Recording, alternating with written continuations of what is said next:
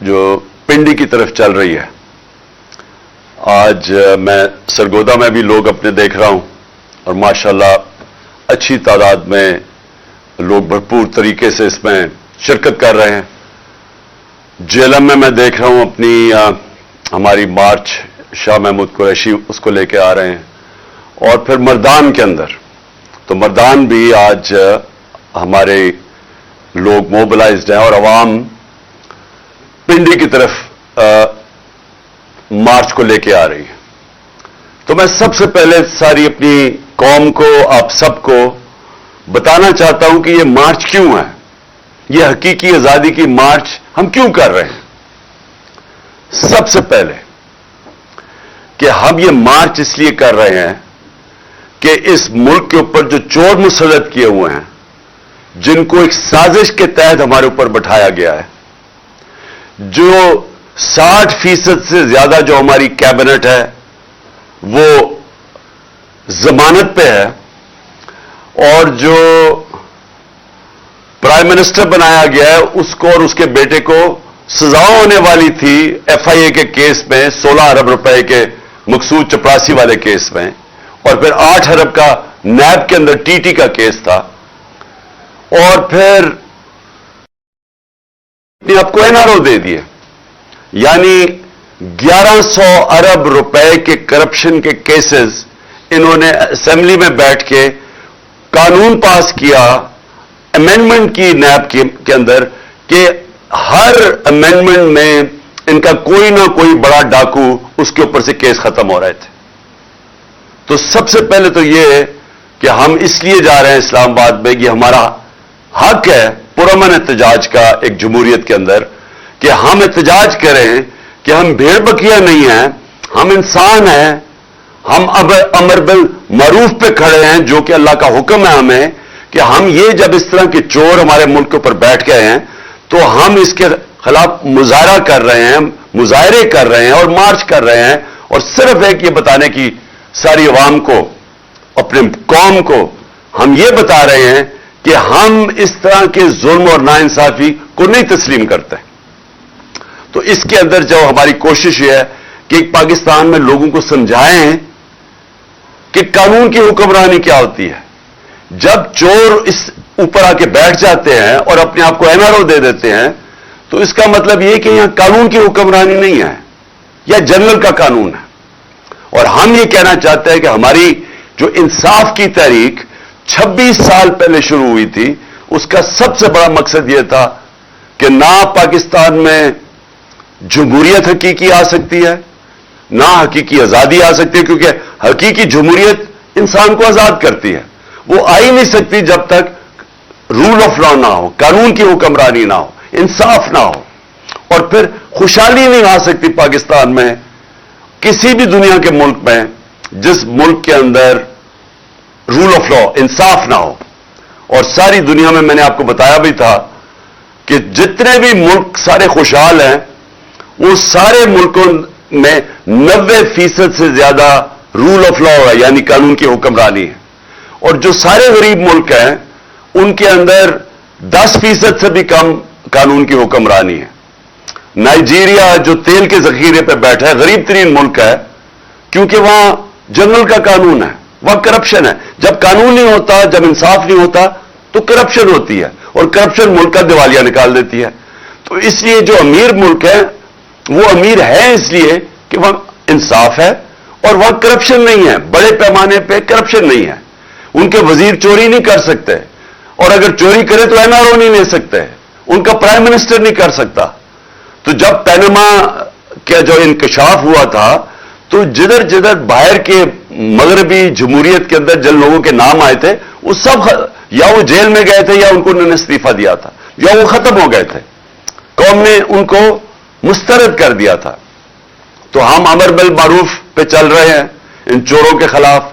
ہم قانون کی حکمرانی ڈیمانڈ کر رہے ہیں کہ ہم یہ چاہتے ہیں کہ اس ملک میں انصاف ہو, کہ یہ نہ ہو کہ صرف چھوٹا چور جیل میں جائے اور یہ بڑے بڑے ڈاکو آ کے آج اسمبلیوں میں بیٹھے اور اپنے کیسز معاف کروائیں. دوسری وجہ, جب سے یہ آئے ہیں اس ملک کی معاشی قتل ہو چکا ہے, اور یہ میں اب نہیں 6 مہینے سے کہہ رہا ہوں کہ اگر یہ چور اوپر جو مسلط کیے گئے ہیں، اگر آپ سمجھ رہے ہیں کہ یہ کسی ملک کو بہتر چلا لیں گے، تو ان کا 30 سال سے یہ ملک پہ ہمارے ملک کے اوپر حکومت کر رہی ہیں. دونوں جماعتیں 30 سال سے ملک پہ حکومت کر رہی ہیں. ان کے 30 سال میں میں بار بار اپنی قوم کو بتاتا ہوں کہ ڈاکٹر عشرت حسین نے اپنی کتاب میں لکھا ہے کہ جب سے یہ دو خاندان آئے ہیں 90 کی دہائی میں، ہندوستان بھی ہمارے سے آگے نکل گیا، بنگلہ دیش بھی ہمارے سے آگے نکل گیا.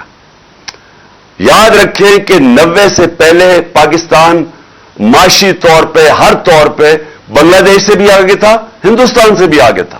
لیکن ان دو خاندانوں کے آنے کے بعد یہ امیر ہوتے گئے اور قوم مقروض ہوتی گئی.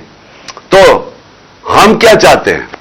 ہم چاہتے ہیں صاف اور شفاف الیکشن ہو، ایک نئی گورنمنٹ آئے، تاکہ سیاسی استحکام سے ہماری معیشت میں استحکام آئے. پولیٹیکل سٹیبلٹی ہوگی تو معاشی طور پہ سٹیبلٹی ہوگی. اور میں پھر سے آپ کو یہ کہہ دوں کہ کل میں نے آپ کو کہا تھا کہ پاکستان جب ہم آئے تھے مارچ میں، تو پاکستان کا جو رسک ہے، یعنی اپنے قرضوں کی قسطیں واپس کرنے میں جو رسک تھی یا خطرہ تھا، وہ 5% تھا. کل وہ 64.5% پہ پہنچ گیا تھا. اور آج صبح جو آج آپ اخبار پڑھیں تو 75% پہ پہنچ گیا.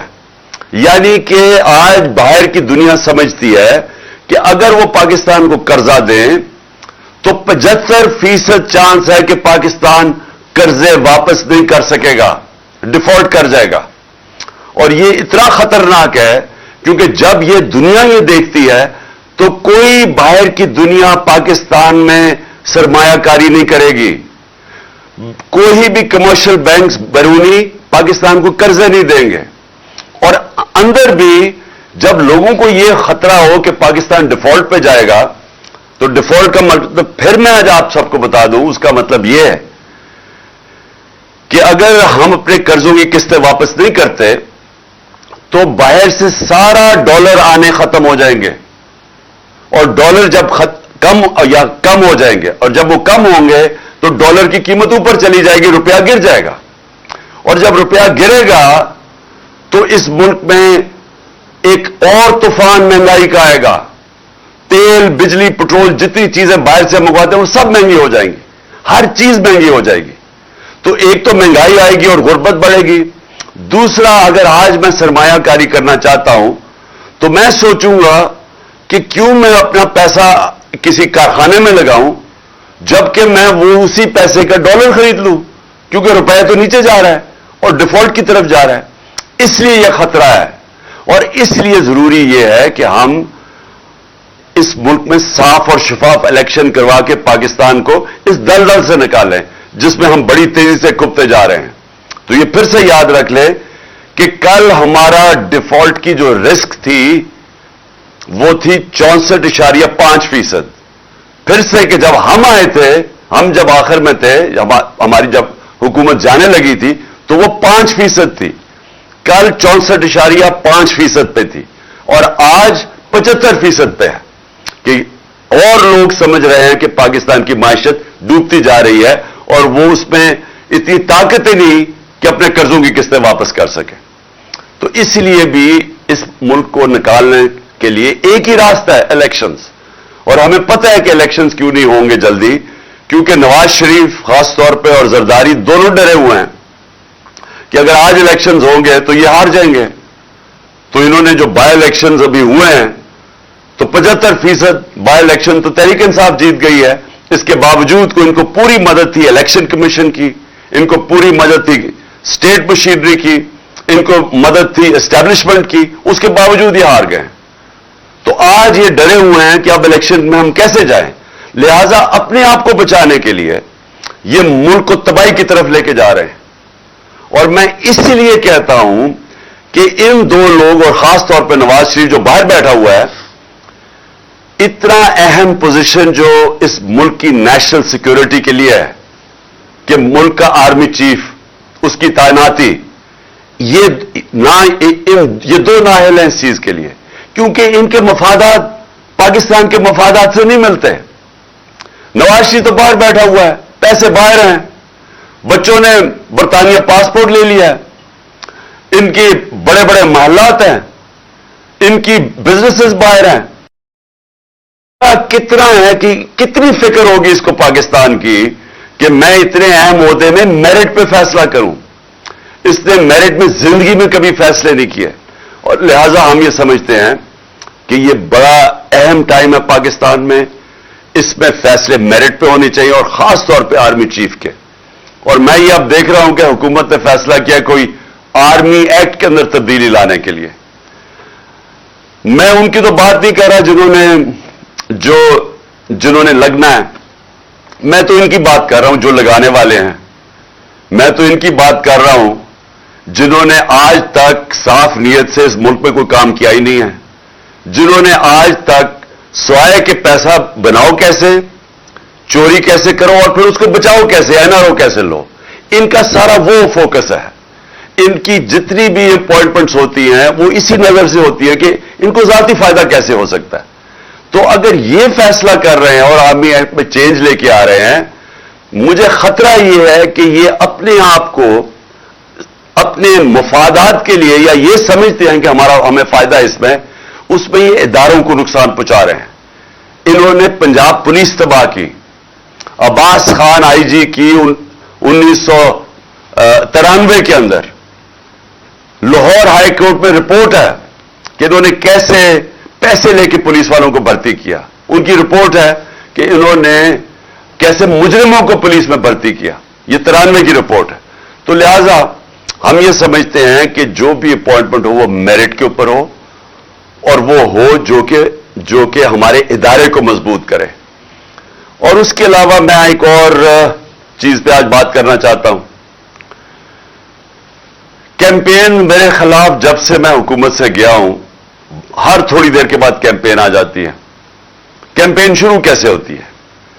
نون لیگ اور جیو اور جنگ گروپ مل کے یہ کیمپین بناتے ہیں، اس کیمپین کو اٹھا کے پھر یہ الیکشن کمیشن کے پاس لے کے جاتے ہیں۔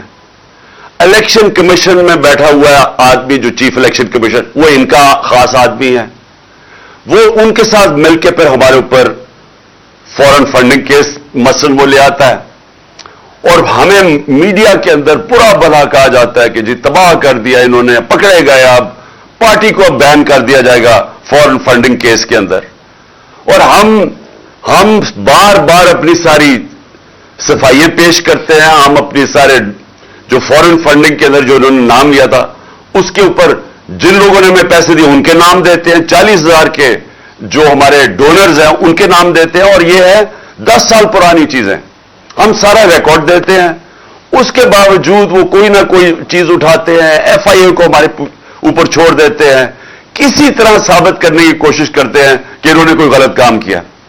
تھوڑی پہلے پروپیگنڈا کرتے ہیں، پھر کہتے ہیں کہ جی پھر پتہ چل رہی ہے کہ فورن فنڈنگ تو تھی نہیں، اب جی پروہیبٹو فنڈنگ آ گئی ہے، اور اس کے بعد وہ کیس اپنے پاس رکھ لیتے ہیں۔ تو پہلے تو وہ چلتا رہتا ہے، اور پھر یہ توشہ خانہ سامنے آ جاتا ہے، وہی الیکشن کمشنر اس کو اٹھا دیتا ہے۔ یہ نہیں پتا کہ نیب کے اندر کیس پڑے ہوئے ہیں نواز شریف، یوسف رضا گیلانی اور آصف زرداری کے۔ 4 گاڑیاں انہوں نے نکالی، 4 بڑی بڑی مہنگی گاڑیاں توشہ خانہ سے نکالی، وہ نیب میں کیس ہے، اور کب ہے؟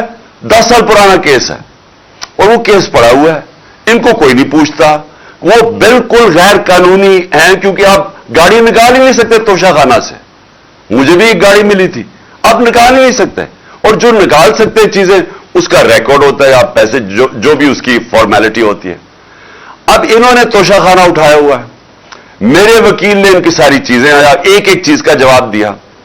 اب انہوں نے ایک نیا کام کیا، کل انہوں نے وہی جو کمبینیشن جیو نون لیگ اور اس کے بعد انہوں نے ایک فراڈ کو پکڑا۔ یعنی اگر آپ نے کوئی غلط کام کرنا ہے تو اس میں بھی کوئی عقل ہونی چاہیے، لیکن یہ اتنے بیوقوف ہیں، کیونکہ مجھے جرائم پیشہ لوگ ہیں یہ، انہوں نے بیٹھ کے جس آدمی کو لے کے آئے، وہ سوشل میڈیا نے سارا بتا دیا کہ وہ ایک بھاگا ہوا ہے ناروے سے، اس کے اوپر کتنے کیسز ہیں, اس نے پاکستان کی FIA نے اس کے اوپر کیسز تھے, یہاں مانگنے کی کوشش کی, یعنی اس کی پوری تاریخ ہے. اس فراڈ کو انہوں نے کہا کہ جناب پورا ایک پروگرام کیا کہ اس نے کہا جی عمران خان کی گھڑی اور اتنی مہنگی بک گئی.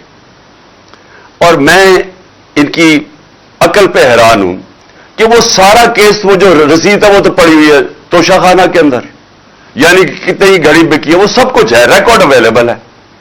اور انہوں نے پورا پروپیگنڈا کیمپین کی. تو میں نے فیصلہ کیا ہے کہ میں پہلے میں نے تو اس کے اوپر بھی کرنی تھی, فورن فنڈنگ کے اوپر بھی. اس الیکشن کمیشن نے میرے پر ڈالا کہ عمران خان کو پتا ہوتے ہوئے کہ یہ غلط فنڈنگ ہے, اس کے باوجود اس نے اس کو اجازت دی. میں تو اس کے اوپر بھی, اس کے اوپر الیکشن کمیشن کے اوپر میں نے ہرجانہ کرنا تھا. لیکن میں آج افسوس سے یہ کہنا مجھے پڑتا ہے کہ ہمارا جو انصاف کا نظام ہے اس میں مجھے امید نہیں ہے کہ مجھے کوئی ملے گا, انصاف ملے گا. لہذا اس باری میں نے کیا کیا, میں یہ جیو گروپ کے خلاف لندن میں اب کیس کر رہا ہوں. میں نے وکیل سے بھی بات کر دی ہے. میں اس کے اوپر لندن میں کیس کروں گا, اور وہ اس لیے کروں گا کہ میں وہاں لندن میں ہماری رجسٹرڈ چیریٹیز ہے جس کا میں سربراہ ہوں, نمل یونیورسٹی اور شوکت خانم کی.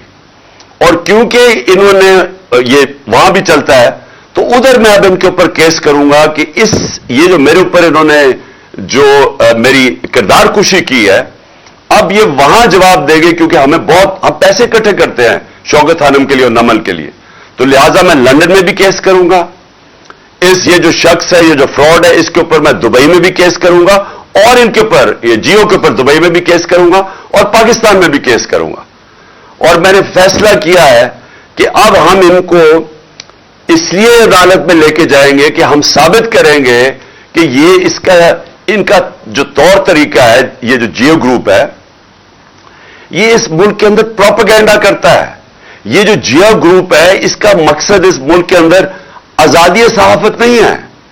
یہ اس کو اپنے میڈیا گروپ کو استعمال کرتا ہے, یہ ایجنڈاز کے لیے استعمال کرتا ہے. یہ جو انہوں نے آدمی کو پکڑا اور جو دبئی میں یہ جو سارا دبئی سے اور یہ جو پروگرام کیا ہے, اگر یہ دیانتداری سے صحافت کرتے تو ان کو پتا تھا کہ یہ فراڈ آدمی ہے. کبھی ایک آدمی, جس آدمی کی کریڈیبلٹی کوئی نہیں ہے, اس سے تم 10 دفعہ سوچتے ہو کہ اس سے ہی آپ اس کے نام پہ یہ پروگرام کر رہے ہو. تو اگر آپ ایمانداری سے صحافت کرتے, اب کبھی ایسے گواہ کو نہیں لیتے. لیکن انہوں نے اس کو پوری طرح اس پروگرام کو ایسے بنایا اس گواہ کو کہ جیسے واقعی یہ سچ ہے. تو اس لیے اب مجھے کم از کم برطانیہ کی عدالت کو تو مجھے پتا ہے, کیونکہ میں نے وہاں ایک کیس لڑا ہوا ہے. اور مجھے اتنا بھی پتا ہے کہ 2 ہمارے لوگوں کے اوپر جب انگلیاں اٹھائی گئی, اور اس میں سے ایک ہمارا جو وزیر تھا اس نے لندن میں جا کے انصاف لیا. تو میں بھی انشاءاللہ ادھر اب ان کے اوپر کیسز کروں گا, تینوں جگہ کے اوپر. اور میرا جو آخر میں جو میری پھر سے اپنے سپریم کورٹ کے چیف جسٹس صاحب سے بڑی ریسپیکٹفلی, آنریبل چیف جسٹس سے پھر میں اپیل کرتا ہوں کہ 5ویں دن ہو گیا ہمارے سینیٹرز اور ہمارے پارلیمنٹیرینز کوشش کر رہے ہیں کہ کیس ہمیں انصاف ملے. اور انصاف کسے ملے کہ اگر پاکستان کا جو نمبر 1 انویسٹیگیٹو جرنلسٹ ارشد شریف, اس کے لیے ہمیں انصاف چاہیے. کیونکہ جو بھی ہوا پتہ چلانا چاہیے کہ کس نے دھمکیاں دی اور اس کو باہر بھجوایا, کیوں اس کی جان خطرے میں تھی, یہ کون سا اتنا بڑا ملک سے غداری کر رہا تھا کہ اس کی جان خطرے میں اور اس کو ملک سے باہر جانا پڑے. اور پھر کس نے پھر اس کوشش کی دبئی سے ان کو واپس لانے کی, تو اس کو کینیا جانا پڑا.